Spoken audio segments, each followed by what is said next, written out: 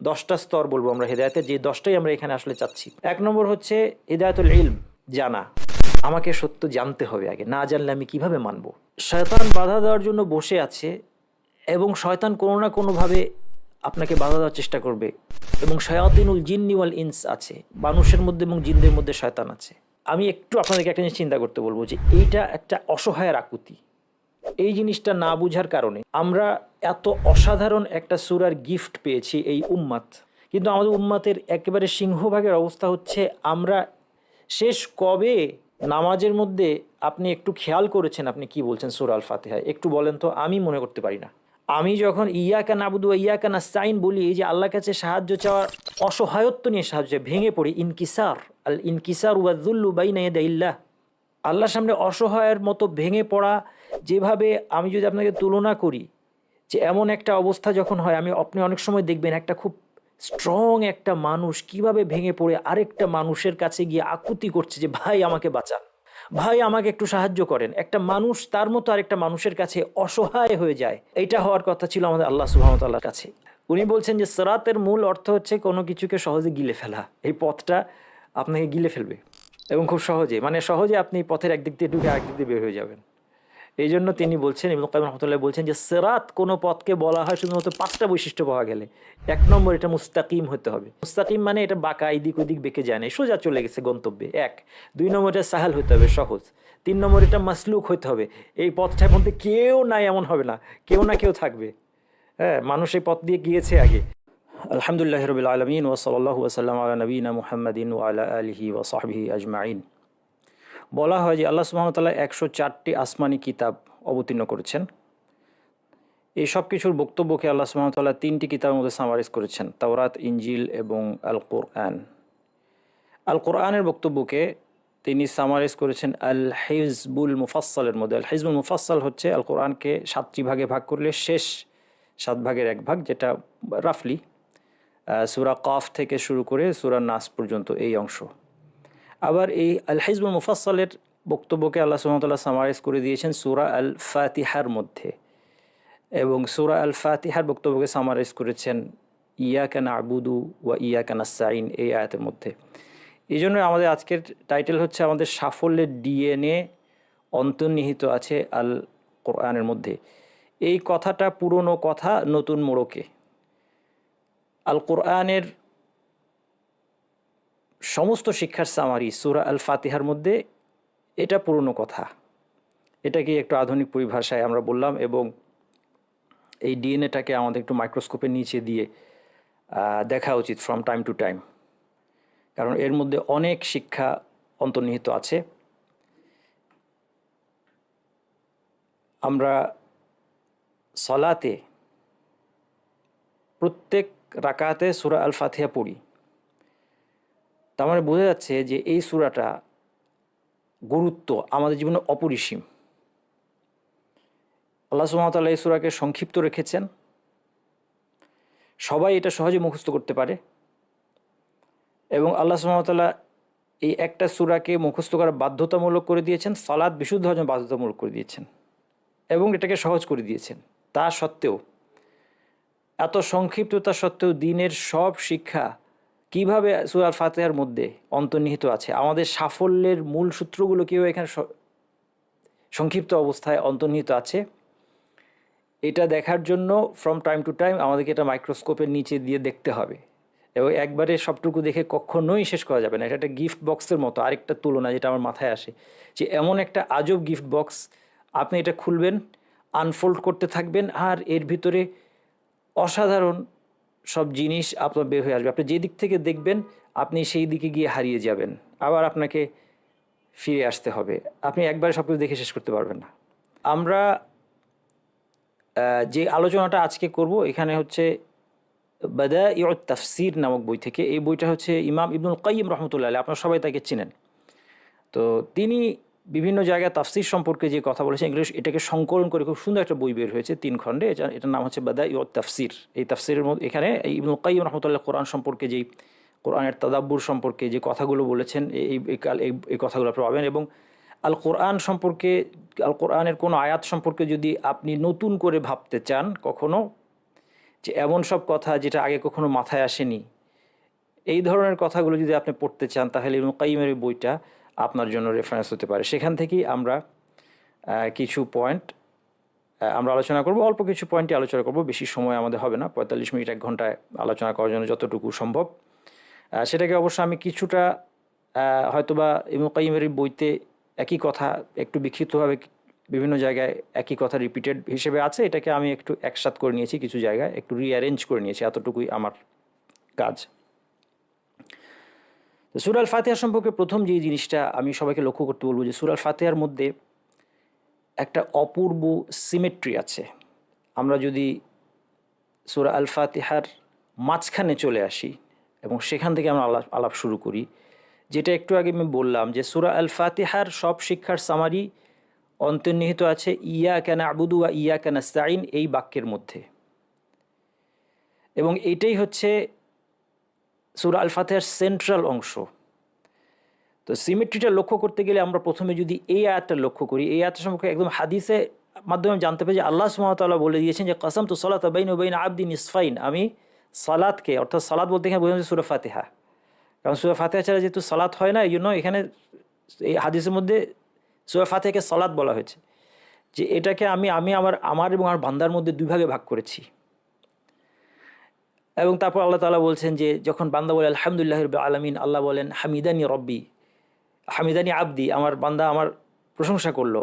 যখন বান্দা বলে আর রহমানুর রাহিম, তখন আল্লাহ বলেন আসনা আলাইয়া আবদি, আমার দাস আমার গুণগান করলো। মালিক ইয়াউমিদ্দিন মাজ্জাদানি আবদি, একটা মোনাজাত হচ্ছে আল্লাহর সাথে, আমার বান্দা আমার বড়ত্ব বর্ণনা করলো। তারপর যখন বান্দা বলে ইয়াকা না'বুদু ওয়া ইয়াকা নাস্তাঈন, এই জায়গায় এসে আল্লাহ সুবহানাহু ওয়া তাআলা বলেন, এর জবাবে আল্লাহ সুবহানাহু ওয়া তাআলা বলেন হাযা বাইনি ওয়া বাইনা আবদি ওয়া লি আবদি মা সাআল, যে এটা আমার বান্দার মধ্যে অর্ধেক অর্ধেক। এই আয়াতটা ইয়াকা না'বুদু ওয়া ইয়াকা নাস্তাঈন, এর আগেরটুকু পুরোটাই ছিল আল্লাহর, আর পরেরটুকু পুরোটা বান্দার, আর এই মাঝখানের এই আয়াতটা অর্ধেক অর্ধেক আমার বান্দার মধ্যে। ইয়াকা না'বুদ এটা আল্লাহর হক, ইয়াকা নাস্তাঈন এটা বান্দার হক।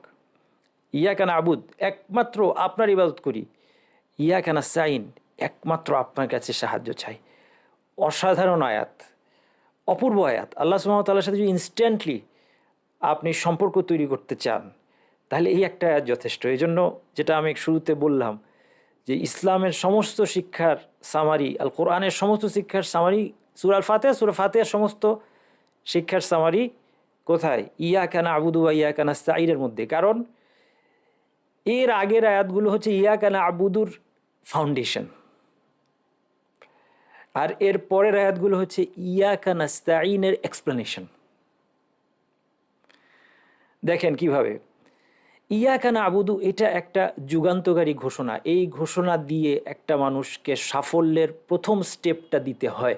আমরা সাফল্য নিয়ে কথা বলছি, সাফল্যের ডিএনএ আমরা দেখছি সূরা ফাতিহা থেকে, মাইক্রোস্কোপের নিচে। ইয়াকা না'বুদু প্রথম স্টেপ, লা ইলাহা ইল্লাল্লাহ এই ঘোষণা। এই ঘোষণা দিয়ে একজন মানুষ ইসলামে প্রবেশ করে, এটা তার সাফল্যের পথে প্রথম পদক্ষেপ। এই পদক্ষেপ দেওয়ার আগে দুইটা জিনিস দরকার। একটা হচ্ছে যে সে ঘোষণা দিচ্ছে সে একজন সত্তার ইবাদত করবে। এখানে বান্দা ঘোষণা দিচ্ছে যে আমি আপনার ইবাদত করার জন্য রেডি, আল্লাহ একমাত্র আপনার ইবাদত করার জন্য রেডি। খেয়াল করেন এর আগের সবগুলো আয়াত থার্ড পার্সনে, এখানে এসে হঠাৎ করে বক্তব্যের পট পরিবর্তন হয়ে সেকেন্ড পার্সনে আসছে। এটা আরবিতে বালাগা বলে, অলঙ্কার শাস্ত্রের একটা দিক, এটাকে ইলতিফাত বলে। এই জন্য আমরা যদি আরবি বুঝতাম, আমরা কখনোই কোরআন শুনতে শুনতে ঘুমিয়ে পড়ার কোনো সম্ভাবনা ছিল না। এখন যেমন আমাদের কোরআন শুনতে শুনতে ঘুম এসে যায়, এবং নামাজে কোরআন শুনতে শুনতে আমরা হাই তুলি অথবা ঘড়ি দেখি কখন নামাজ শেষ হবে। আমরা যদি আরবিটা বুঝতাম ন্যাচারালি যেভাবে আর ওরা বুঝতো, তাহলে এটা হতো না। কারণ কোরআনে একটু পরপর মানে মানুষকে সজাগ রাখার কিছু না কিছু উপকরণ আছে। এই জন্য এটাকে বলা হয় ইলতিফাত। থার্ড পার্সন থেকে হঠাৎ করে সেকেন্ড পার্সনে পট পরিবর্তন,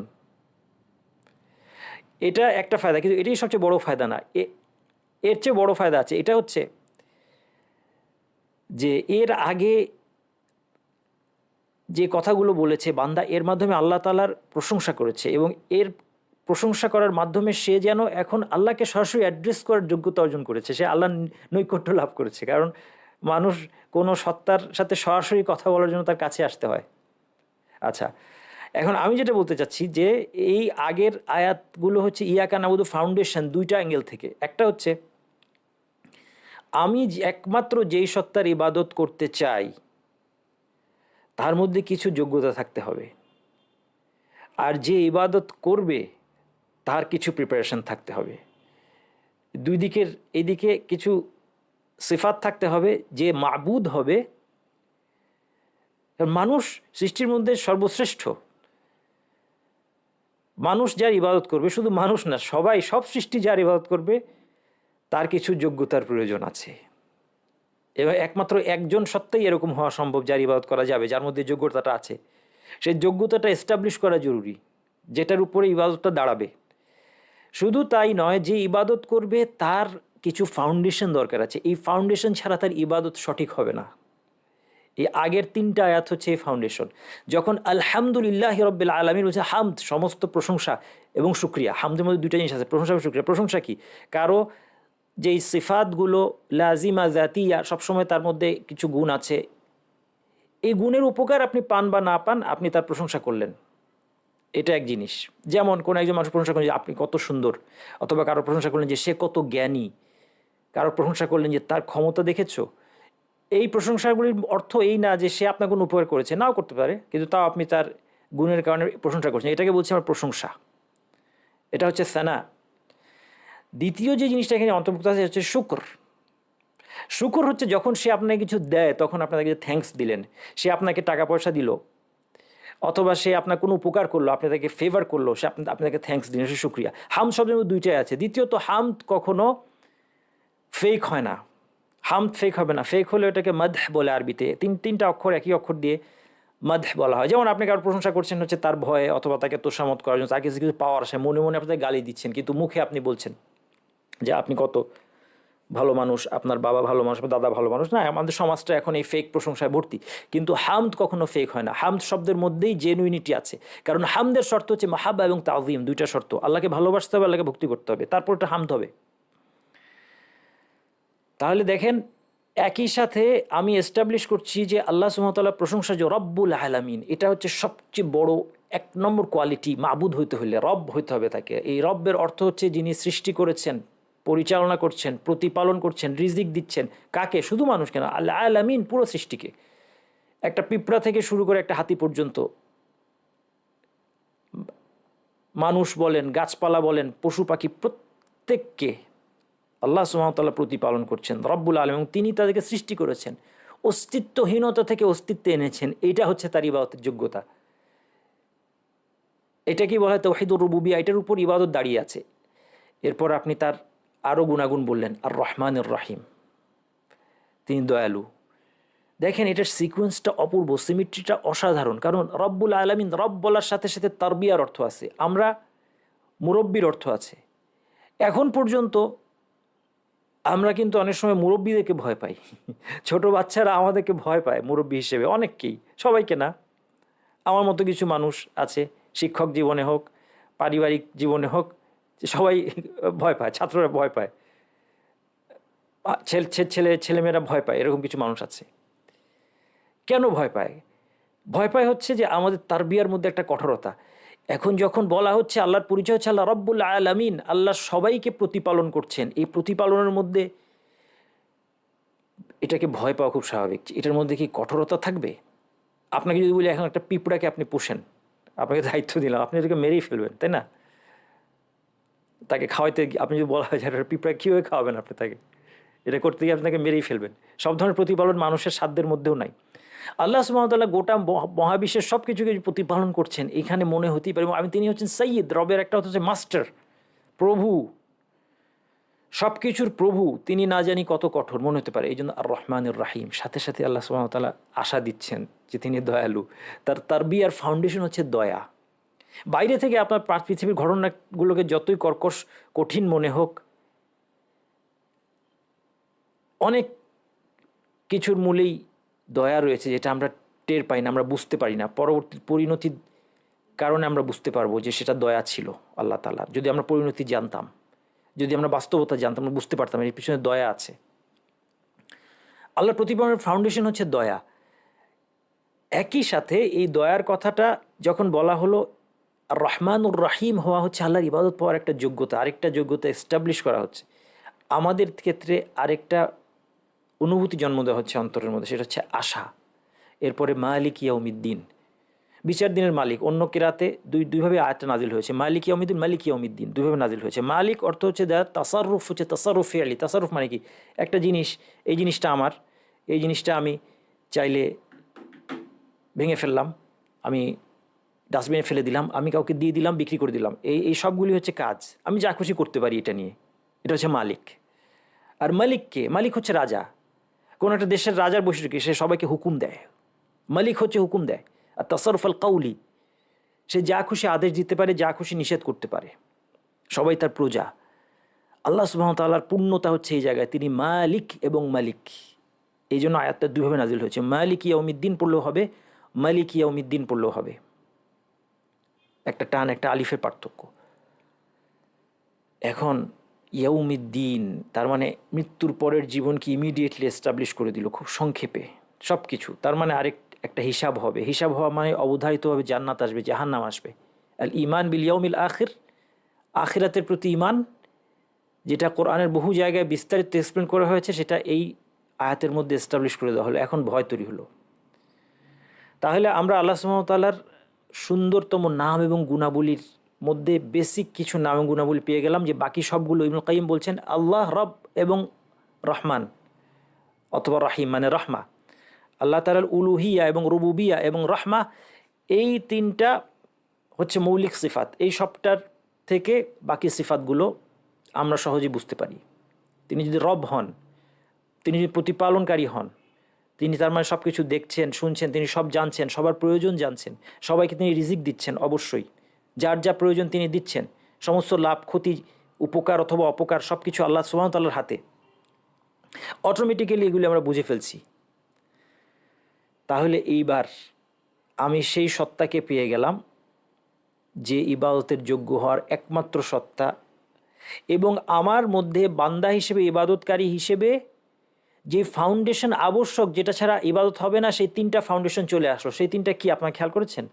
ভালোবাসা, আশা এবং ভয়। আপনারা অন্যত্র নিশ্চয়ই আলেমদের কথা পড়েছেন যে ইবাদতের ফাউন্ডেশন হচ্ছে ভালোবাসা, আশা এবং ভয় নিয়ে আল্লাহর ইবাদত করতে হবে। কেউ যদি ভালোবাসা না ছাড়া আল্লাহর ইবাদত, কোনো ভালোবাসাই নেই আল্লাহর প্রতি, কোনো ভালোবাসা নেই, আল্লাহকে অপছন্দ করছে, তারপরে বললো যে আমি ইবাদত করবো কারণ আল্লাহ শাস্তি দিবেন, এই ইবাদত আল্লাহর কাছে গ্রহণযোগ্য হবে না। আল্লাহর ডিমান্ড হচ্ছে আমরা তাকে ভালোবাসতে হবে এবং তিনি ভালোবাসার যোগ্য। আল্লাহর ডিমান্ড হচ্ছে তাকে ভয় করতে হবে। কেউ যদি বলে যে না আমি আল্লাহকে ভয় করি না, আল্লাহকে এত ভালোবাসি, আল্লাহকে আমি ভয় করি না, তাহলে হবে না। আবার ভয় করতে গিয়ে আশা হারিয়ে ফেললে হবে না। এই তিনটা একসাথে থাকতে, ভালোবাসা, আশা এবং ভয়, ইবাদতের ফাউন্ডেশন। সিমেট্রিটা খেয়াল করেছেন? তাহলে এইবার এই ইন্ট্রোডাকশনের পরে এই ফাউন্ডেশনের উপর আল্লাহ দিলেন ইয়াকা না'বুদ, কারণ প্রপার ফাউন্ডেশনটা ভিত্তি স্থাপন করা হয়েছে। এখন আমরা ঘোষণা দিচ্ছি ইয়াকা না'বুদ। এইবার আল্লাহর কাছে আমাদের হকটা চেয়ে নিচ্ছি, ইয়াকা নাস্তাইন, একমাত্র আপনার কাছে সাহায্য চাই। এইটা আমি একটু আপনাদেরকে একটা জিনিস চিন্তা করতে বলবো, যে এইটা একটা অসহায়ের আকুতি। এই জিনিসটা না বুঝার কারণে আমরা এত অসাধারণ একটা সূরার গিফট পেয়েছি এই উম্মাত, কিন্তু আমাদের উম্মাতের একেবারে সিংহভাগের অবস্থা হচ্ছে আমরা শেষ কবে নামাজের মধ্যে আপনি একটু খেয়াল করেছেন আপনি কি বলছেন সূরা আল ফাতিহায়? একটু বলেন তো। আমি মনে করতে পারি না। আপনারা বলেন, আমার মনে হয় ইল্লা মাশা আল্লাহ। আপনাদের মধ্যে যদি এমন কেউ থাকেন যে আপনি বলতে পারেন যে হ্যাঁ আমি প্রত্যেক নামাজে সূরা ফাতিহার দ্বারা এফেক্টেড হই। আমি যখন ইয়াকা নাবুদু ওয়া ইয়াকা নাস্তাইন বলি, এই যে আল্লাহর কাছে সাহায্য চাওয়ার অসহায়ত্ব নিয়ে সাহায্য, ভেঙে পড়ি। ইনকিসার, আল ইনকিসার ওয়া যুল্লু বাইনা ইয়াদাইল্লাহ, আল্লাহর সামনে অসহায়ের মতো ভেঙে পড়া। যেভাবে আমি যদি আপনাকে তুলনা করি, যে এমন একটা অবস্থা যখন হয়, আপনি অনেক সময় দেখবেন একটা খুব স্ট্রং একটা মানুষ কিভাবে ভেঙে পড়ে আরেকটা মানুষের কাছে গিয়ে আকুতি করছে যে ভাই আমাকে বাঁচান। ভাই আমাকে একটু সাহায্য করেন। একটা মানুষ তার মতো আরেকটা মানুষের কাছে অসহায় হয়ে যায়, একটা শক্তিশালী মানুষ, এরকম দেখেন নাই জীবনে?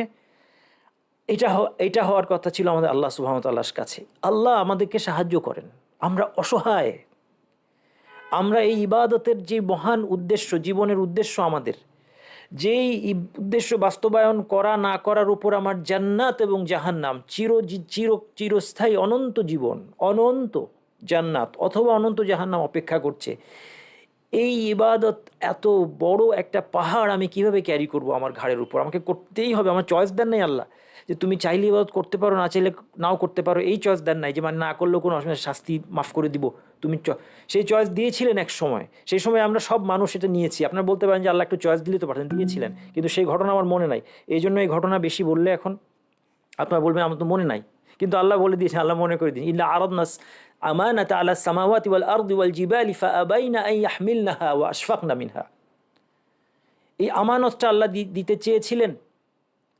সামাওয়াত ওয়াল জিবাল ওয়াল আরদ, সাত আকাশ, পাহাড় এবং পৃথিবীকে,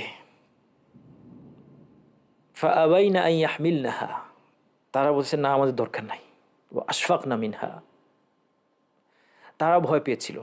ওয়া হামালাহাল ইনসান, মানুষ সেটা নিয়ে নিয়েছে যে আমরা পারবো, আর দেন, আমরা আপনার আনুগত্য করব, দেন আমাদেরকে এই আমানত, এই দিন পালনের আমানত আমাদেরকে দেন, ইবাদত বাস্তবায়ন আমানতটা আমাদেরকে দেন, আমরা এটা বাস্তবায়ন করব, এবং আমরা এটা বাস্তবায়ন করতে পারলে জান্নাত, করতে না পারলে জাহান্নাম। এত বড় আমানত আমরা নিয়েছি, আমরা একসময় নিয়েছি, সেই কথাটা মনে নাই, আমাদেরকে পৃথিবীতে পাঠানোর সময় সেটা ভুলিয়ে দেওয়া হয়েছে, কিন্তু ওয়াহিদ মাধ্যমে আল্লাহ জানিয়ে দিয়েছেন যে তোমরা রাজি হয়েছ, সেই জন্য এখন আর সুযোগ নাই। এখন বলতে পারবো যে না থাক আল্লাহ, আমার কাছে কঠিন মনে হচ্ছে জান্নাতের পথটা, এখন আর সে সুযোগ নাই। এই জন্য অসহায় হয়ে ভেঙে পড়তে হবে নামাজে। আল ইনকিসার ওয়াযুল্লু বাইনা ইয়াদিল্লাহ, আল্লাহর সামনে ভেঙে পড়ার অর্থ কি? ওই যে অসহায়ভাবে যখন বিপদে পড়ে, যেভাবে দেখেছেন একটা মানুষ আরেকটা মানুষের কাছে বলে যে আমাকে ভাই আপনি বাঁচান, একটা কিছু করেন, আপনার ক্ষমতা দিয়ে হোক, আপনার টাকা দিয়ে হোক, সেইভাবে ইয়াকা না'বুদু ওয়া ইয়াকা নাস্তাইন আপনি শেষ কবে বলেছেন? আমার শ্রোতাদের মধ্যে এখন যদি কেউ থাকেন, আপনি বলেন যে হ্যাঁ আমি প্রত্যেক নামাজে এটা এইভাবেই বলি, আপনি আল্লাহর ওয়ালি, আলহামদুলিল্লাহ, আপনি আল্লাহর সবচেয়ে বড় ওয়ালিদের একজন। বাস্তবতা হচ্ছে কিন্তু আমরা বেশিরভাগ, আপনি ছাড়া আমরা বাকিরা, আমি এবং আমার শ্রোতাদের বাকিরা, আমাদের অবস্থা হচ্ছে আমরা মনেই করতে পারি না। হয়তোবা এমনও অবস্থা হতে পারে যে এখন যদি চেষ্টা করি মনে করি মাগরিবের নামাজে সূরা ফাতিহা পড়েছিলাম, এটাও হয়তো মনে পড়তে চাইবে না যে সূরা ফাতিহা পড়েছিলাম কিনা। এরকম কি আমি কি অতিরঞ্জন করছি? এরকম কি আমাদের অবস্থা না? এখন বাকিটা, আমি সিমেট্রির কথা বলছিলাম, ইয়াকা নাস্তাইন, এখন আপনার সাহায্য লাগবে আল্লাহ। এই সাহায্যটা কি এবং কিভাবে আসবে, এই সাহায্যটাকে আল্লাহ ডিফাইন করে দিলেন পরের অংশে। সিমেট্রিটা হচ্ছে এই জায়গায়, পরের অংশটা বান্দার। এই জায়গায় আল্লাহ সুবহানাহু ওয়া তাআলা খুব স্পষ্ট করে দেখিয়ে দিচ্ছেন যে সাহায্যটা কি, কোন পথে এই সাহায্যটা আসবে। ইহদিনাস সিরাতাল মুস্তাকিম। সবচেয়ে চমৎকার ব্যাপার হচ্ছে সাহায্যের পথটা আল্লাহ ডিফাইন করছেন একটা দোয়ার আকারে। এক ঢিলে দুই পাখি মারা হয়ে গেল আপনার, আপনি চেয়েও ফেললেন আল্লাহর কাছে, আল্লাহর কাছে চাইতে চাইতে শিখে গেলেন। ইহদিনা, আমাদেরকে হেদায়েত দেন, আমাকে নয় কেন, আমাদেরকে হেদায়েত দেন কেন? দুইটা তাৎপর্য আমি বলবো। একটা হচ্ছে যে আপনি মনে করেন কোনো একটা রাজার সামনে দাঁড়িয়ে আছেন, রাজার সামনে প্রজা গিয়েছে রাজার সামনে, কি নিয়ে গিয়েছে? তার আর্জি নিয়ে গিয়েছে। তখন সে কোন ভাষায় কথা বলে? সে কি বলে যে আমি আপনার প্রজা, আমার এটা প্রয়োজন? এভাবে সে বলে না। এটা বললে তাকে উদ্ধত বলবে মানুষ, রাজা তাকে উদ্ধত মনে করবে যে তুমি কি একলা আমার প্রজা নাকি? এই রাজ্যের সবাই আমার প্রজা, তুমি প্রজাদের একজন, তোমার কোনো মূল্য নাই। অহংকারী রাজা এটাই মনে করবে। কিন্তু আমরা অহংকারী রাজা না, আমরা সেই রাজার কাছে চাচ্ছি যিনি প্রকৃত রাজা, আসলেই একমাত্র মানে রাজাধিরাজ, সে মহান আল্লাহ, যার সমস্ত, তিনি অহংকারী না, সমস্ত গৌরবের অধিকারী। ওয়ালাহুল কিবিরিয়া উফিস সামাওয়াতি ওয়াল আরদ, সমস্ত অ্যাকচুয়াল বড়ত্ব, এটা অহংকার না, কিবরিয়া, একমাত্র বড়ত্ব এবং গৌরব সমস্ত হচ্ছেন আল্লাহ সুবহানাহু ওয়া তাআলার মহাবিশ্বে, সব সাত আকাশে এবং পৃথিবীতে। তার কাছে আমি চাইতে গিয়ে কিভাবে বলবো আমাকে হেদায়েত দিন, আমি আপনার বান্দা এসেছি হেদায়েত চেতে? না, আমরা সবাই আপনার বান্দা, আমরা সবাই আপনার সৃষ্টি দাস, আপনার প্রজা। আমাদেরকে আপনি আপনার মুলক ওর অধীন, আপনার মিল্কের অধীন, আপনার মালিকানাধীন। আপনি যা খুশি আমাদেরকে আদেশ নিষেধ করতে পারেন, আপনি আমাদেরকে যা খুশি করতে পারেন, কেউ কিছু বলার নাই। কে বলবে? যদি এখন জাহান্নামে ফেলে দেন, কে বলবে? কে আছে কথা বলার? যদি জান্নাতে দিয়ে দেন, কে আছে কথা বলার? কেউ নাই। এই জন্য আমাদেরকে আপনি হেদায়েত দেন। আমি যারা হেদায়েতের প্রত্যাশী, আমি তাদের একজন। এই বিনয়টা খেয়াল করেন আপনি যখন চাচ্ছেন আমার কাছে, ইহদিনা আস-সিরাতাল মুস্তাকিম, আস-সিরাতাল মুস্তাকিম, ইহদিনা আস-সিরাতাল মুস্তাকিম। এই জায়গায় ইবনুল কাইয়িম বলেছেন এটা হচ্ছে আফরাদুদ দুআ। আফরাদ কথার মানে হচ্ছে ফরদের মধ্যে সবচেয়ে বড় ফরদ। ফরজ বুঝেন তো, বাধ্যতামূলক, সবচেয়ে বড় বাধ্যতামূলক দোয়া। দোয়া তো আমার স্বার্থে চাওয়ার কথা ছিল, কিন্তু আল্লাহ বাধ্যতামূলক করে দিয়েছেন, কারণ আমরা তো অজ্ঞ। আমাদেরকে বলে দিতে হয় যে তোমার এই দোয়া করতেই হবে, এবং এটা আনফাউদ দোয়া। অন্য জায়গায় বলেছে আনফাউদ দোয়া, সবচেয়ে উপকারী দোয়া। এই দোয়াটা এই জন্য বুঝে করা দরকার আমরা কি চাচ্ছি। ওয়াল্লাহি আমরা বুঝি না আমরা কি চাচ্ছি। ইবনুল কাইয়িম রাহমাতুল্লাহ বলেছেন আমরা 10টা জিনিস চাই এখানে ইহদিনাস সিরাতাল মুস্তাকিমের মধ্যে। হেদায়েতের 10টা স্তর আছে। এই জন্য এটা কারণ আপনার মনে হতে পারে আমি তো মুমিন, আমি এত হেদায়েত চেয়ে কী করবো? দিনের মধ্যে ফরজ নামাজগুলোতে শুধু হেদায়েত চাইলে 17 রাকাতে 17 বার হেদায়েত চাওয়ার আমার কি দরকার? আর চেয়েই বা লাভটা কি হচ্ছে? এটা হয়তো অনেকে ভাবতে পারেন। চেয়ে যে লাভ হচ্ছে না এটা তো অবভিয়াস, কারণ আমরা তো একবারও বুঝে চাই না। আল্লাহ তাআলা তো দোয়ার শর্ত দিয়ে দিয়েছেন যে মন দিয়ে আল্লাহকে চাইতে হবে। আল্লাহ তাআলা যে অন্তরটা অমনোযোগী সেই দোয়াটা কবুল করেন না। এটা দোয়া আমার কাছে চাচ্ছি, আমরা বুঝতেছি না কি বলতেছি। এবং অনেক সময় আমাদের মনোযোগ, এই সমাজে অনেকের মনোযোগ থাকে যে নামাজ শেষে ওই হাত তুলে আল্লাহুম্মা আমিন বলে ইমাম যেই মোনাজাত করবেন ওইটার দিকে মনোযোগ থাকে, কিন্তু দোয়ার জন্যই সালাত,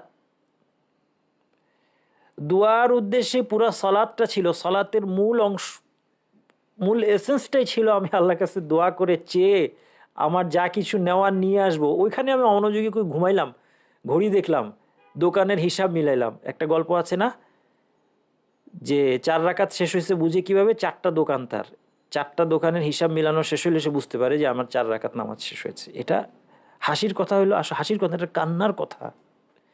আমরা এই নামাজের মধ্যে আমাদের দোকানের হিসাব মিলাই, আমরা এই সূরা ফাতিহা পড়ার সময় আমাদের অঙ্কের হিসাব মিলাই। অঙ্কের ছাত্র, বিজ্ঞানের ছাত্র বিজ্ঞানের সূত্র পারলে আবিষ্কার করে ফেলে, এত ডিপলি সে চিন্তা করতে পারে এই জায়গায়, এবং শয়তান তাকে হেল্প করে। আমাদের হারানো জিনিস আমরা মনে পড়ে যায়, শয়তান এসে মনে করায়। এই সবগুলো ঘটনা সালাতের মধ্যে কেন হয়? কারণ এটাই হচ্ছে বান্দার সাথে কানেকশনের আসল জায়গা। আপনি যেন মোবাইলে অনেক চেষ্টা করে একজন খুব গুরুত্বপূর্ণ লোককে পাওয়ার পরে এখন তাকে ফোনে ধরে রেখে আপনি গল্প করতেছেন আপনার আশেপাশের লোকদের সাথে। সাংঘাতিক কথা, ভয়ঙ্কর ব্যাপার। আমরা নামাজের মধ্যে এটাই করতেছি, কিন্তু আল্লাহ তাআলার রহমত, আল্লাহ আমাদের সুযোগটা, আল্লাহ তো একটা নামাজের পর, আমাদের নামাজ এত খারাপ অবস্থা, একটা নামাজের পর আপনি আল্লাহ যদি এই জায়গায় আপনি হতেন, আপনি কি করতেন? আমি কি করতাম? আমি বলতাম যে আর নামাজ পড়ার দরকার নাই, শেষ। তুমি নামাজে এত মনোযোগী কীভাবে হতে পারো? আমি তোমার স্রষ্টা।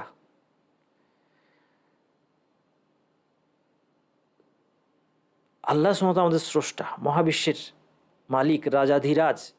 তার সামনে আমরা নামাজে শত নামাজে অনমনোযোগী হওয়ার পরেও আল্লাহ এখনও আমাদেরকে জীবনে জাহান্নামে দেন নাই, বাঁচিয়ে রেখেছেন। যে ঠিক আছে, তাও বান্দা সংশোধন হয়ে হয়তো আসবে, আবার চাইবে। যখন সে তওবা করে নেবে আল্লাহ সুবহানাহু ওয়া তাআলা খুশি, সন্তুষ্ট। ইহদিনাস সিরাতাল মুস্তাকিম, 10টা স্তর আছে হেদায়েতের। এই 10টা আমরা চাচ্ছি। অনেকে মনে হতে পারে যে কি এত চাইবো মুমিন হিসেবে? না, এই 10টা স্তর আপনি বুঝলে বুঝতে পারবেন যে কেন প্রত্যেক নামাজে আমাদের এত দরকার। এটাকে যদি আমি সামারাইজ করি, প্রথমে আমি দুইটা ইয়েতে সামারাইজ করি। এই হেদায়েত হচ্ছে ইলম এবং আমালের হেদায়েত। এই জন্য ইহদিনাস সিরাতাল মুস্তাকিম বলা হয়েছে। ইহদিনা এর সাথে একটা অব্যয় আসতে পারতো, ইলা অথবা লি। নবীর কথা বলার সময় আল্লাহ তাআলা বলছে ইন্নাকা লা তাহদি ইলা সিরাতিল মুস্তাকিম। ওখানে ইলা দিয়েছেন যে আপনি একটা সরল পথের হেদায়েত দিচ্ছেন, সেখানে ইলা দিয়েছেন। এটা দিয়ে আল্লাহ বুঝিয়ে দিয়েছেন যে আপনি যেটা হেদায়েত দিচ্ছেন এর মানে হচ্ছে আপনি জ্ঞানটা দিচ্ছেন, তাদের সামনে স্পষ্ট করে দিচ্ছেন এটা ঠিক এটা ভুল, কিন্তু ওই পথে চালিয়ে দেওয়া এটা আপনার কাজ না। কিন্তু যদি লি দিয়ে আসতো তাহলে বোঝা যেত, লি যদি যুক্ত হতো তাহলে বোঝা যেত যে আমাকে এই পথের উপর আপনি চালায় দিন, বসায় দিন এই পথের উপর নিয়ে। আমি আপনাকে একটা সুন্দর উদাহরণ দিতে পারি। আপনি বিদেশ গিয়েছেন চিকিৎসার জন্য, আপনার বন্ধুর বাসায় উঠেছেন, বন্ধুকে আপনি বলছেন যে ভাই আমার তো এই হসপিটালে যেতে হবে, ওখানে ডাক্তারের সাথে আমার অ্যাপয়েন্টমেন্ট, ওই দেশে তো আপনি চিনেন না, আমাকে চিনিয়ে দাও। তখন সে কি করবে? হতে পারে যে সে আপনাকে চিনিয়ে দিল, আপনাকে ঠিকানা বলে দিল, কিভাবে যাবেন কোন পথে বলে দিল, ট্যাক্সি কোথায় পাবেন বলে দিল। এটা হচ্ছে হিদায়াতুল ইলম। কিন্তু বন্ধুটা যদি আপনাকে বলে আচ্ছা ঠিক আছে তোমাকে আমি গাড়ি করে দিয়ে আসবো, আপনি কতটা রিলিভড হবেন। আর আর আমার চিন্তা করতে হবে না কোন দিক দিয়ে কী যাব, পথ চিনবো কি না চিনবো, বিদেশ বিভুঁয়ে আমাকে সে নিয়ে যাবে। এটা হচ্ছে হিদায়াতুত তৌফিক। এই জন্য জান্নাতে যাওয়ার পরে জান্নাতীরা বলবে আলহামদুলিল্লাহিল্লাযী হাদানা লিহাদা, লাম দিয়ে লি বলেছে, ইলা বলে নাই। কি বলেছে জান্নাতে যাওয়ার পর?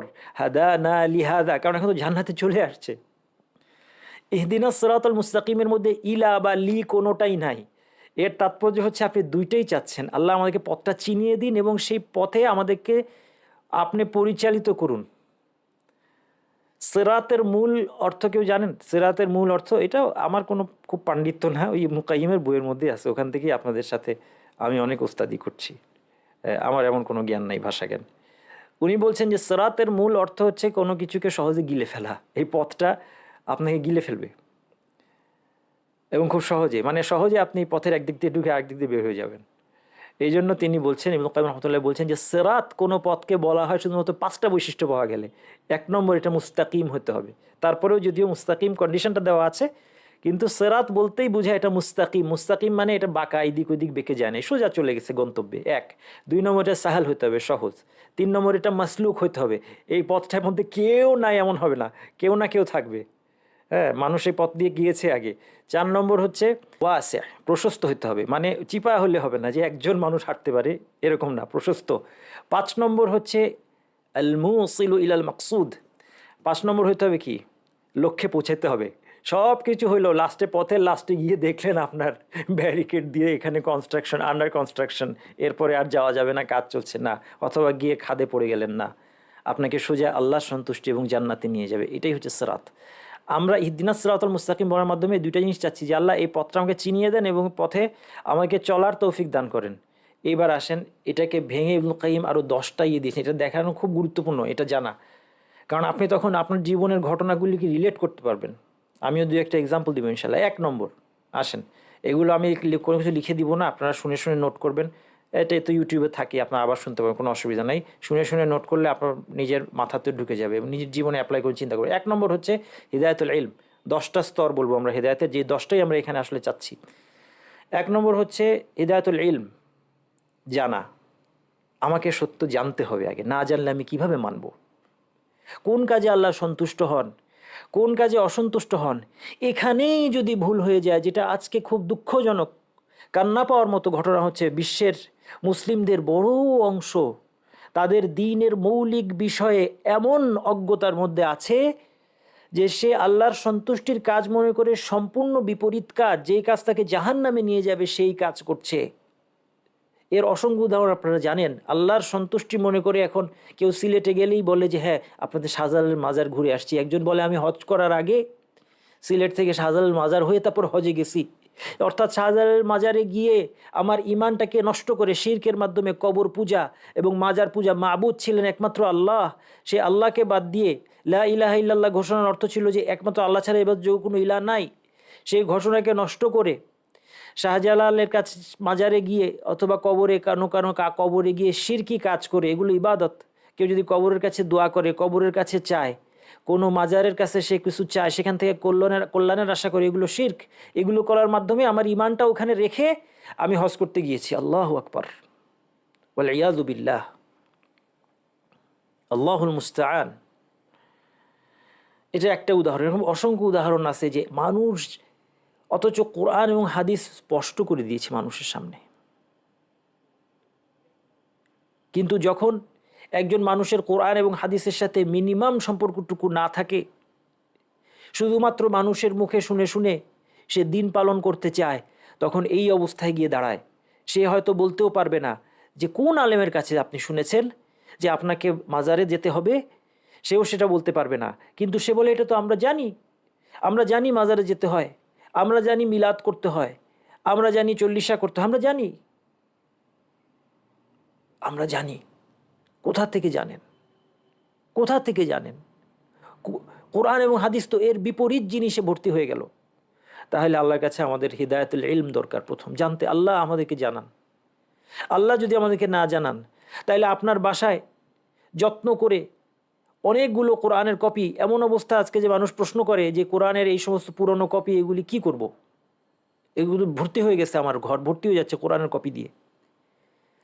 এই কোরআন আমাদের কাছে এত কপি থাকা সত্ত্বেও, এত হাদিসের বই এখন অ্যাভেলেবল মানুষের হাতে থাকা সত্ত্বেও, আল্লাহর পক্ষ থেকে হিদায়ত না হওয়ার কারণে আমরা তো জানতেই পারছি না যে সেখানে কি আছে।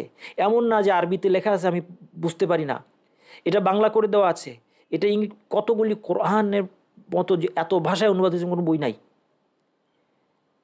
যে কোনো ভাষায় আপনি এটার অনুবাদ পাচ্ছেন, যে কোনো ভাষায় আলেমরা দর্শ দিচ্ছেন, লেকচার দিচ্ছেন। এমনকি মক্কা মদিনায় গেলেও বিদেশি অন্য ভাষায় দর্শ শোনা যায়, যে ওই ভাষার লোকেরা, ওই দেশের লোকেরা এসে যেন বুঝতে পারে যারা আরবি ভাষী নয়। আল্লাহ সুবহানাহু ওয়া তাআলা আমাদের জন্য সহজ করে দেওয়ার পরে কিভাবে আমরা এই 1 নম্বর স্তরে আমরা আটকে যাচ্ছি। 1 নম্বর ইলম, হিদায়াতুল ইলম, জানতে পারার হিদায়াত, স্পষ্ট হওয়ার হেদায়েত। আল্লাহ আমাদের জন্য স্পষ্ট করে দেন। কত মানুষ বিভ্রান্ত হয়ে যাচ্ছে, কত বিষয় নিয়ে বিভ্রান্ত হচ্ছে, কত রকমের বিভ্রান্তি আপনি দেখলে আপনার কান্না পাবে। 1 নম্বর হচ্ছে হিদায়াতুল ইলম। 2 নম্বর হচ্ছে ইলম আসার পরে আমি জানলাম আমার করণীয়, এইবার সেটা করার ক্ষমতা যেন আমার হয়, এটা চাইতে হবে। এটা করার শক্তি যেন আমার হয়, সামর্থ্য হয়, এটা আল্লাহর কাছে চাইতে হবে। এটা হচ্ছে হিদায়াতের 2য় স্তর। 3য় স্তর হচ্ছে ইরাদা। সামর্থ্য হলেই হবে না, আমার মনের মধ্যে ইচ্ছা তৈরি হতে হবে। আল্লাহ, এই জায়গায় আমরা কিন্তু আস্তে আস্তে ফিল্টার হচ্ছি। আপনি হয়তো প্রথম স্তর পার হয়ে আসলেন, হ্যাঁ আমি জানি, আমি কোরআন হাদিস পড়ি, আমি জানি, আমার সামর্থ্য আছে। আমি 3 নম্বর, কিন্তু আমি আগ্রহ পাচ্ছি না, আমি মনস্থির করতে পারছি না, আমি এই সিদ্ধান্তটা নিতে পারছি না, এটা আমাকে ছাড়তে হবে, আমি জানি এটা হারাম, কিন্তু আমি পারছি না, কারণ আমার ইরাদা তৈরি হচ্ছে না, আমার দৃঢ় সংকল্প তৈরি হচ্ছে না। এই কাজটা করা আমার জন্য ওয়াজিব, এটা আমার জন্য বাধ্যতামূলক, আমি জানতে পেরেছি, কোনো সন্দেহ নাই, কোরআন হাদিসে পড়েছি, আলেমরা এক্সপ্লেন করে দিয়েছেন, কিন্তু আমার মধ্যে ইরাদা তৈরি হচ্ছে না। আল্লাহর কাছে এই হেদায়েতটা চাইতে হবে। 4 নম্বর, এইবার অ্যাকচুয়ালি আমলটা করতে পারার হেদায়েত চাইতে হবে, হেদায়েতুত তৌফিক, যে আমি যেন আমলটা করে সারলাম। 4 নম্বর। 5 নম্বর, আমলটা করার পর ইস্তিমরার এবং সাবাত চাইতে হবে, যে আমি যেন কন্টিনিউ করতে পারি এই পথের উপর, এবং এই পথের জেনারেল পথ এবং ডিটেলসের উপর। তাহাজ্জুদ, আপনি তাহাজ্জুদের গুরুত্ব বুঝতে পারলেন, আল্লাহ আপনাকে তৌফিক দিয়ে আপনার মধ্যে স্ট্রং সংকল্প তৈরি হয়েছে, আপনি এখন তাহাজ্জুদ পড়তে পারেন। এখানে শেষ হয়ে যায় নাই, হয়তো 2 দিন পরে আপনি ছেড়ে দিবেন, হয়তো 2 দিন পরে আমি নফল রোজা ছেড়ে দিব, তাহাজ্জুদ ছেড়ে দিব। আল্লাহ মাফ করুক, একটা ফরজ কাজ থেকেও আমরা বিচ্যুত হয়ে যাই। আলহামদুলিল্লাহ, আমি দৃষ্টি অবনত রাখছি, হয়তো দেখা যাবে আমার 1 মাস পরে আমি আর দৃষ্টি অবনত রাখতে পারছি না। আল্লাহ আমাদেরকে হেফাজত করুন, আল্লাহ আমাদের দৃষ্টিকে, আমাদের অন্তরকে পিউরিফাই করুন। এবং কন্টিনিউ করতে হবে। তাহলে 5 নম্বর হচ্ছে ইস্তিমরার ওয়া সাবাত, এই কাজগুলো যেন আমরা কন্টিনিউয়াসলি করে যেতে পারি। এটা হচ্ছে হেদায়েতের 5 নম্বর স্তর। আচ্ছা, হেদায়েতের 6 নম্বর স্তর হলো এই পথের থেকে সমস্ত বাধা দূর করে দেওয়া। কারণ এখন বাধা আসবে, শয়তান বাধা দেওয়ার জন্য বসে আছে এবং শয়তান কোনো না কোনোভাবে আপনাকে বাধা দেওয়ার চেষ্টা করবে। এবং শায়াতিনুল জিন্নি ওয়াল ইনস আছে, মানুষের মধ্যে এবং জিনদের মধ্যে শয়তান আছে। এবং শয়তান অনেক সময় মানুষকে দিয়ে করাতে পারে। আমি আজকে চিন্তা করছিলাম, আমার এটা প্রায় হয়, আমি জানি না, আমি নামাজে অমনোযোগী থাকার কারণে হতে পারে, হয়তো আমি খেয়াল করি, সব সুন্দরভাবে নামাজ পড়ছি, হঠাৎ একজনের মোবাইল বাজতে শুরু করলো কর্কশভাবে, এমন বাজতে শুরু করলো যে আমার মনে হয় মনে মনে তখন আমি কিন্তু তখন আর নামাজের মধ্যে মন নাই, আমি ভাবতে শুরু করলাম যে এই লোকটা কি মাসআলা জানে না, সে কি মোবাইলটা বন্ধ করতে পারছে না, নাকি বন্ধ করা যায় না এমন মোবাইল নিয়ে সে এসেছে।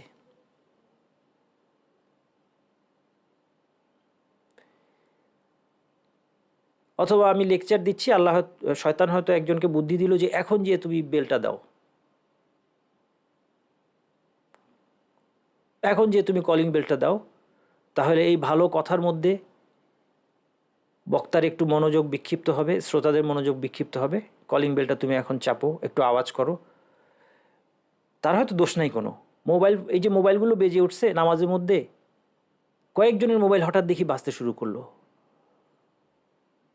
শয়তান মসজিদে ঢুকার আগে, হয়তো শয়তান মসজিদে ঢুকতে পারবে না, কোরআন তেলাওয়াত হচ্ছে, ফেরেশতারা আছে সেখানে, মসজিদেও শয়তান, যেটা হাদিস থেকে মনে হয় যেন ঢুকতে পারে কখনো, কারণ এটা আমরা যদি কাতার ফাঁক করে দাঁড়াই, ওখানে এসে শয়তান দাঁড়াবে, শয়তান ঢুকার ব্যবস্থা করে দিতে ঢুকবেই। কিন্তু যাই হোক, হয়তো শয়তান ঢুকতে না পারলেও সে এই লোকটারকে ভুলিয়ে দিয়েছে যে মোবাইলটা অফ কর। কেন ভুলিয়ে দিল? কারণ এইটুক বাধা যদি সে আপনাকে দিতে পারে, এটাও সে মনে করছে একটা বিরাট লাভ, নামাজে মনোযোগটা নষ্ট করা। তাহলে আল্লাহর কাছে সাহায্য চাইতে হবে যে আমার এই চলার পথে যেন বাধা না আসে। হয়তো দেখা গেল আমি অবিবাহিত জীবনে খুব সুন্দর ইসলামের উপর আছি, এমন এক লোকের সাথে বিয়ে হলো বা এমন এক মহিলার সাথে আমার বিয়ে হলো যে সে আমার, ধরা যাক দিন শিক্ষার সময় এসে সে আমার উপর চড়াও হয় যে তুমি কি বই নিয়ে বসে আছো, এইদিকে ঘরে এটা নাই সেটা নাই, তোমার কোনো খেয়াল আছে ঘর সংসারের দিকে? হয়তো আমি খেয়াল করছি, কিন্তু তারপর আল্লাহ মাফ করুক, আমি একটা কাল্পনিক অবস্থা বলছি, আমি এরকমভাবে চিনি না ওয়াল্লাহি। আপনারা ভাববেন না যে আপনারা আবার বাসায় ঝগড়া শুরু করে দিয়েন না।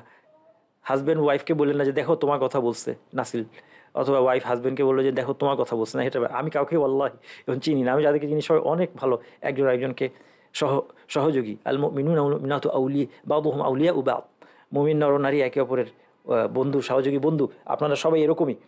কিন্তু তারপরেও এরকম যার কথা বলছি এরকম মানুষ আছে, এরকম অনেক পরিবারে পাওয়া যাবে। এই বাধাটা দূর হওয়ার জন্য এটা হলো কি হেদায়েতের 6 নম্বর স্তর।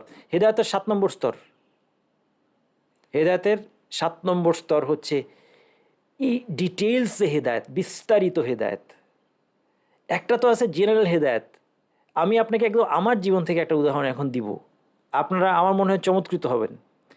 আলহামদুলিল্লাহ, দ্বীনের জ্ঞান অর্জন করতে হবে, এই হেদায়েত ইন জেনারেল আল্লাহ সুবহানাহু ওয়া তাআলা আমাকে দিয়েছেন। আলহামদুলিল্লাহ লিল্লাহিল হামদু ওয়াল মিন্নাহ, সমস্ত অনুগ্রহ আল্লাহর। এবং আমি দোয়া করি আমার জন্য, আপনার দোয়া করবেন আমার জন্য, নিজেদের জন্য, যেন আল্লাহ এই পথের উপর আমাদের মৃত্যু দান করেন।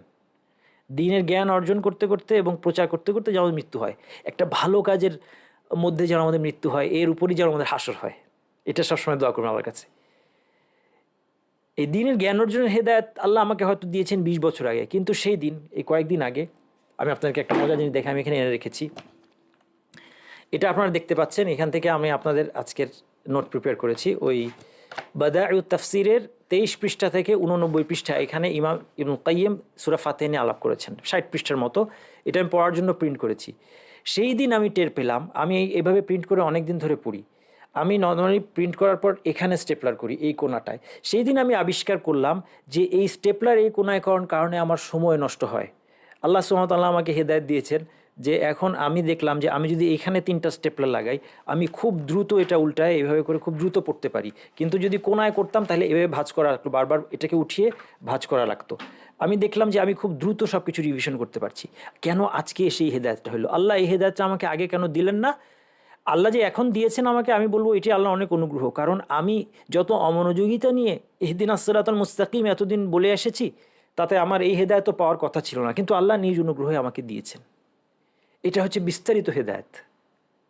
প্রত্যেকটা ক্ষেত্রে দ্বীনের ইলম অর্জনের হেদায়েত আপনার হয়েছে, হ্যাঁ হয়েছে, কিন্তু আপনার আরও হেদায়েত দরকার আছে।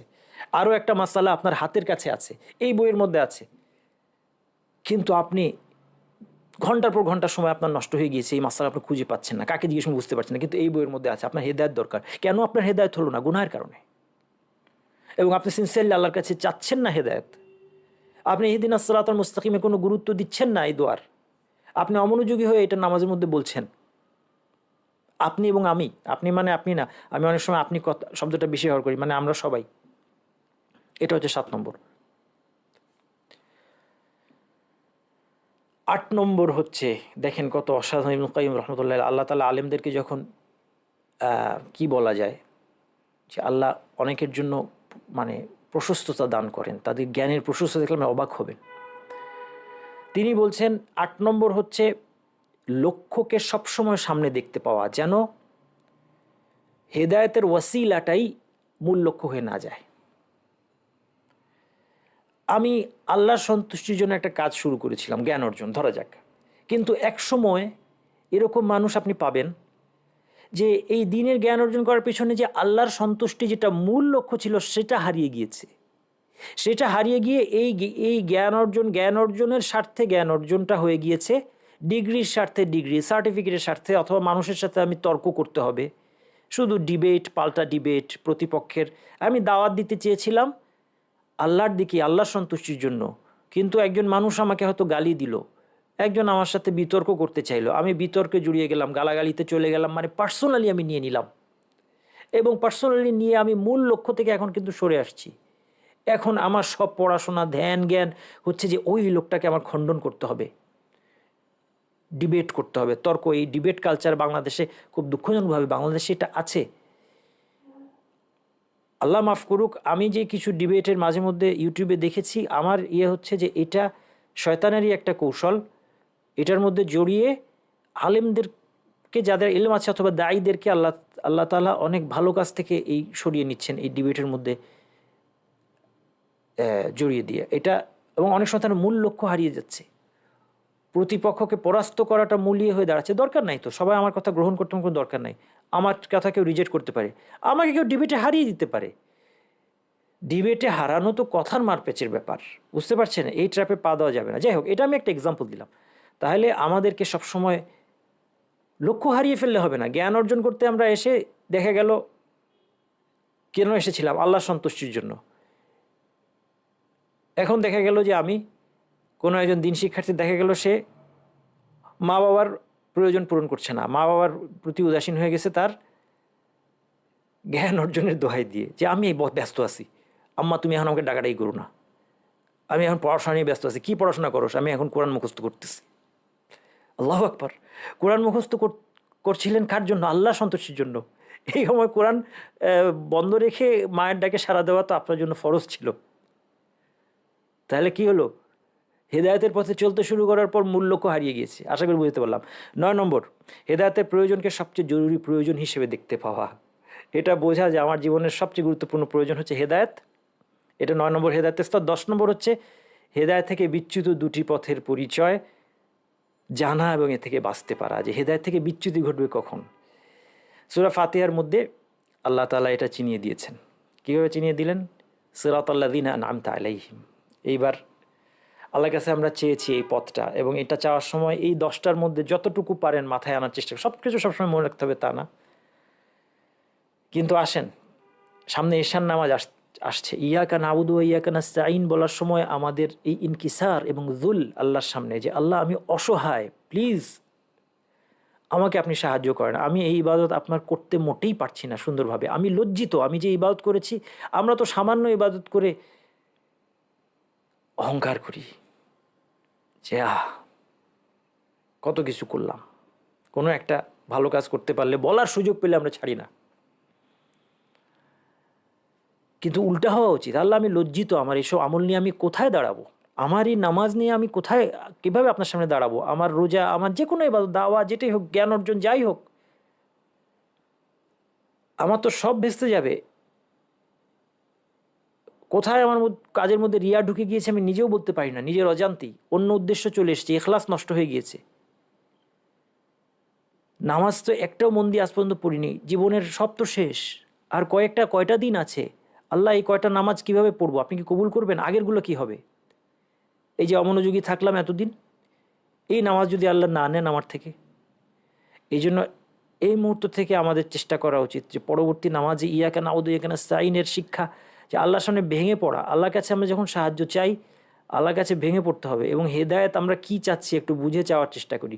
এরপর আল্লাহ এটা ডিফাইন করে দিয়েছেন, এই সিরাতুল মুস্তাকিমের হেদায়েত। সিরাতুল মুস্তাকিমটা কি? সিরাতাল্লাযিনা আনআমতা আলাইহিম, আপনি যাদের প্রতি অনুগ্রহ করেছেন তাদের পথ।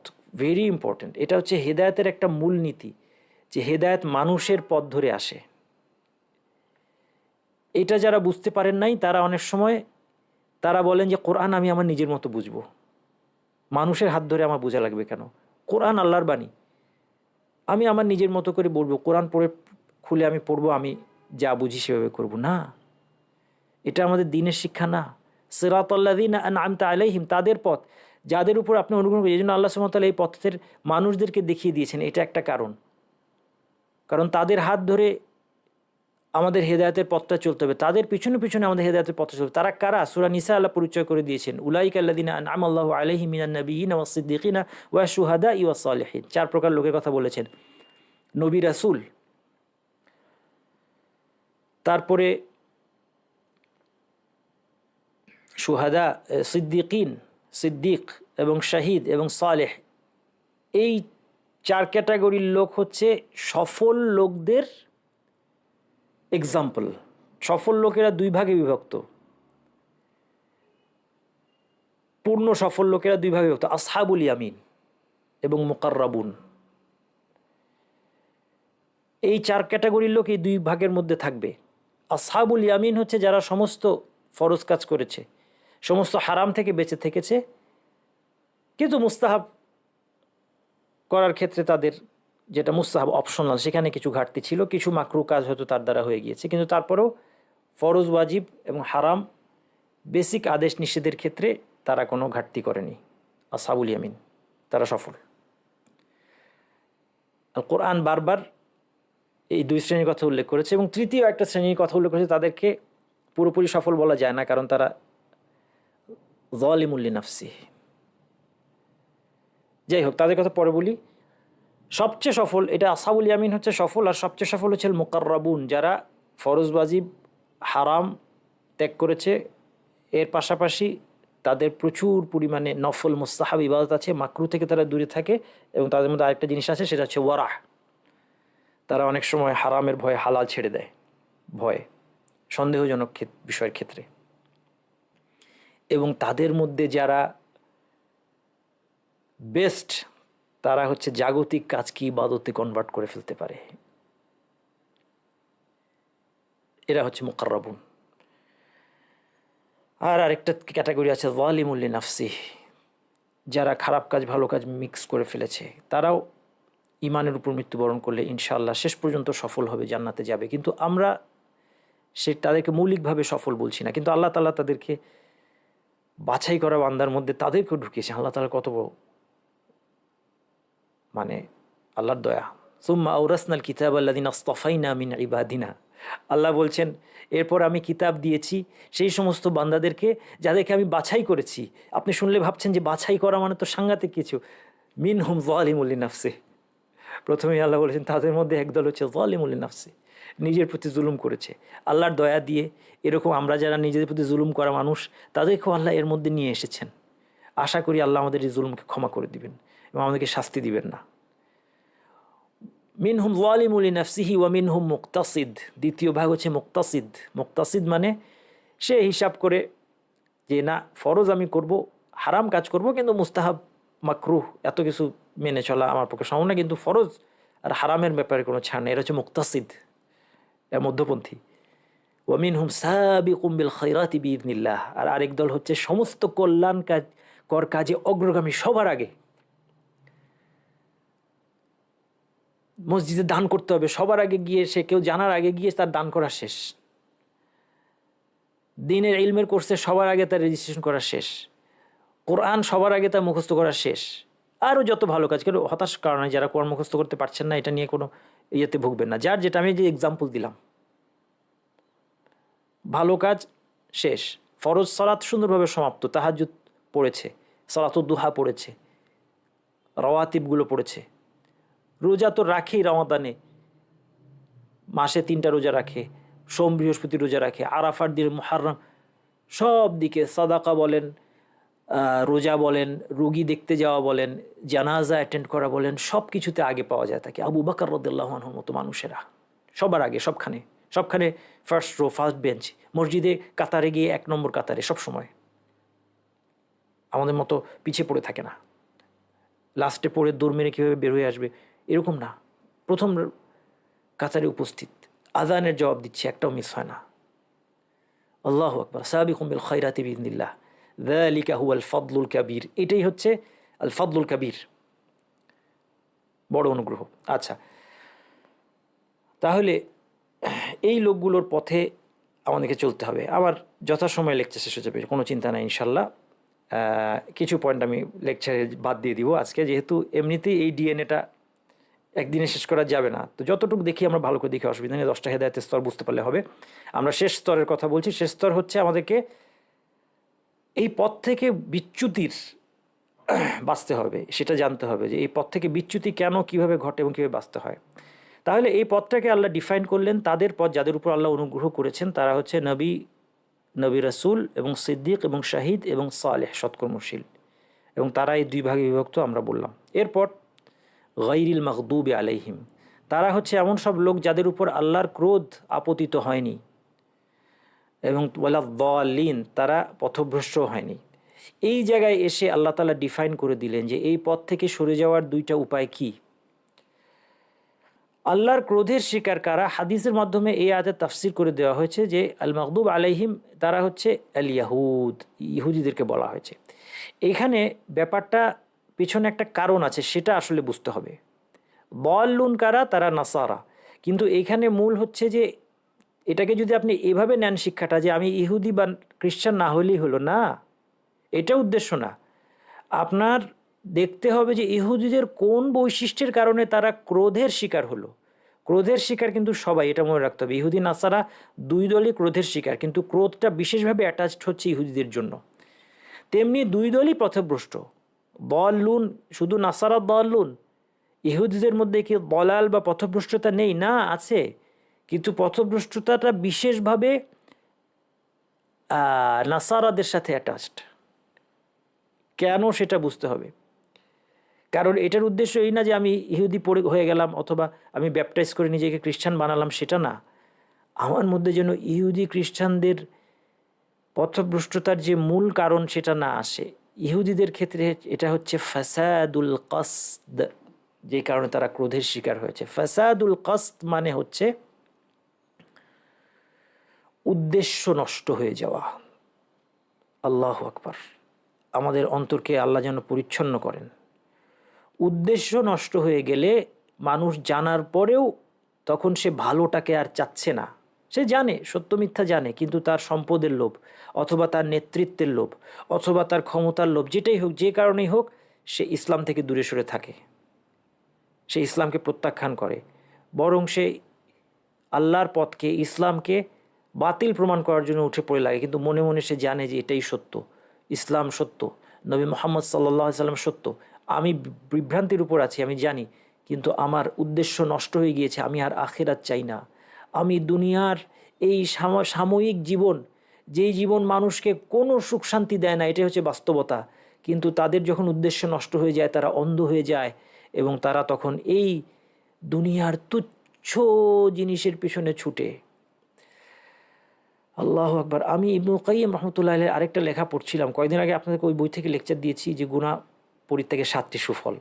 ওই বইয়ের একটা বিরাট অংশ ইবনে কাইয়িম রহমতুল্লাহ আলাইহি তিনি আলোচনা করেছেন ভালোবাসা নিয়ে। জানেন, ইশক, তিনি যে ভালোবাসাটা বুঝিয়েছেন, ওই ভালোবাসাটা হচ্ছে যেটাকে অ্যাপারেন্টলি নির্মল প্রেম বলা হয়।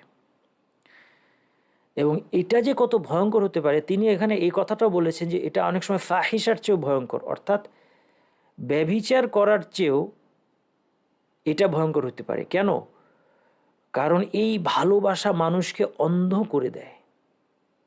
এটা একদম মানে শয়তানের খাস প্রোডাক্ট এই ভালোবাসাটা, যেটার কারণে মানুষ একটা একটা একটা লোক, একটা ব্যক্তি, হয়তো একটা মহিলার অথবা একটা মহিলা একটা পুরুষ লোকের ভালোবাসায় অন্ধ হয়ে যায়, তার তার স্লেভ হয়ে যায়। এটা খুব ভয়ঙ্কর জিনিস, আরবিকে এটা ইশক বলে। আমি ভাবছিলাম যে এটা কত তুচ্ছ, দেখেন এটা কত তুচ্ছ। একটা মানুষের মধ্যে কি আছে, কি থাকতে পারে? এই জন্য আপনারা দেখবেন যারা এরকম অন্ধ ভালোবাসার পরিণতি বিয়ের পরে দ্রুত তাদের বিয়ে অনেকের ভেঙে যায়। আপনারা এরকম দেখেছেন আপনার জীবনে। কারণ কি? কারণ শয়তান তো মোহটা ওই পর্যন্ত রেখেছে, শয়তানের তো উদ্দেশ্যটা শয়তানি। বিয়েটা হওয়া পর্যন্ত তাদের এইটা রেখেছে, বিয়ে যখন হয়ে গেল সম্পর্কটা বৈধ হলো, যদি তারা ধরে নিলাম দুজনই মুসলিম, বৈধ সম্পর্ক হয়েছে,